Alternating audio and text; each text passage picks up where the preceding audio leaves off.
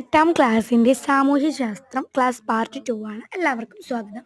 ഇന്ന് നമ്മൾ page number 12 പറയാൻ പോകുന്നത്. ഹോർത്തൂസ് മലബാറിക്കസ് ഡച്ചുകാരുമായുള്ള ബന്ധത്തിൻ്റെ ഏറ്റവും വലിയ സംഭാവനയാണ് ഹോർത്തൂസ് മലബാറിക്കസ്. കേരളത്തിലെ 742 ഔഷധ സസ്യങ്ങളെക്കുറിച്ച് ഈ ഗ്രന്ഥത്തിൽ പ്രതിപാദിച്ചിട്ടുണ്ട്.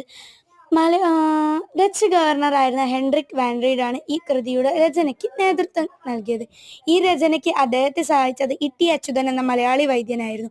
അപ്പു ഭട്ട്, രംഗഭട്ട്, വിനായക ഭട്ട് എന്നിവരും രചനയിൽ പങ്കാളികളായി. മലയാള അക്ഷരങ്ങൾ അച്ചടിയിൽ പതിഞ്ഞ ആദ്യത്തെ പുസ്തകമാണ് ഹോർത്തൂസ് മലബാറിക്കസ്.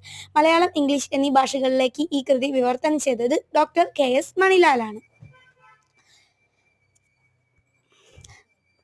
അടുത്തത് ഇ.ടി. അച്യുതൻ. ആലപ്പുഴ ജില്ലയിലെ ചേർത്തല താലൂക്കിലെ കടക്കരപ്പള്ളി ഗ്രാമത്തിൽ ഒരു പാരമ്പര്യ വൈദ്യ കുടുംബത്തിൽ ജനിച്ച പ്രഗത്ഭനായ നാട്ടുവൈദ്യനായിരുന്നു ഇ.ടി. അച്യുതൻ. അപ്പം ഇദ്ദേഹം നമ്മുടെ ഹോർത്തൂസ് മലബാറിക്കസ് ഉണ്ടാക്കുന്നതിന് വേണ്ടിയിട്ട് സഹായിച്ചുള്ള ഒരാളാണ്.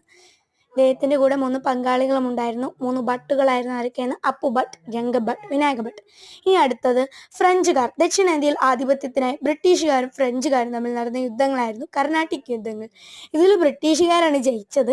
തൽഫലമായിട്ട് ഫ്രഞ്ചുകാരുടെ ആധിപത്യം പോണ്ടിച്ചേരി അല്ലെങ്കിൽ പുതുച്ചേരി, യാനം, കാരക്കൽ, മാഹി എന്നീ പ്രദേശങ്ങൾ മാത്രമായി ചുരുങ്ങി. അപ്പം ഈ ഡച്ചുകാർക്കൊക്കെ ശേഷം പിന്നെ ആരൊന്നു? ഇംഗ്ലീഷുകാർക്ക് ശേഷം ഫ്രഞ്ചുകാർ.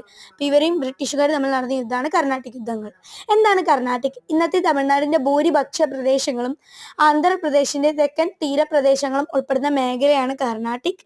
എത്ര കർണാട്ടിക് യുദ്ധങ്ങൾ നടന്നു? 3 കർണാട്ടിക് യുദ്ധങ്ങൾ. ആരൊക്കെ തമ്മിലാണ് നടന്നത്?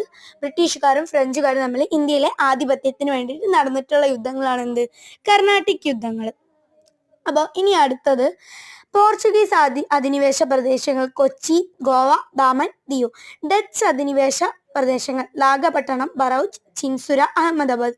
ഫ്രഞ്ച് അധിനിവേശ പ്രദേശങ്ങൾ പോണ്ടിച്ചേരി, മാഹി, കാരക്കൽ, യാനം. അപ്പോൾ ഈ ഫ്രഞ്ചുകാർ ബ്രിട്ടീഷുകാരുമായി യുദ്ധം ചെയ്തപ്പോൾ ഇവരുടെ അധികാരം ഇവിടങ്ങളിൽ മാത്രമായി കുറഞ്ഞു. ഇനി അടുത്തത് കച്ചവടത്തിൽ നിന്ന് അധികാരത്തിലേക്ക്. ഏഷ്യയുമായുള്ള വ്യാപാര ബന്ധത്തിന് വേണ്ടിയാണ് 1600 ബ്രിട്ടീഷുകാർ ഇംഗ്ലീഷ് ഈസ്റ്റ് ഇന്ത്യ കമ്പനി സ്ഥാപിച്ചത്.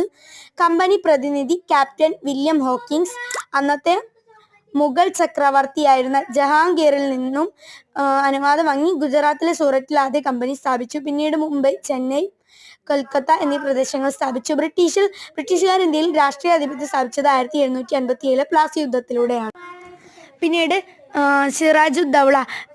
സിറാജുദ്ദൗളയെ റോബർട്ട് ക്ലൈവിൻ്റെ നേതൃത്വത്തിലുള്ള ഇംഗ്ലീഷ് ഈസ്റ്റ് ഇന്ത്യ കമ്പനി സൈന്യം തോൽപ്പിച്ചിട്ട് ബംഗാളിൻ്റെ ഭരണം ഏറ്റെടുത്തു. അപ്പോൾ ബംഗാളിലെ നവാബായിരുന്നു സിറാജുദ്ദൗള.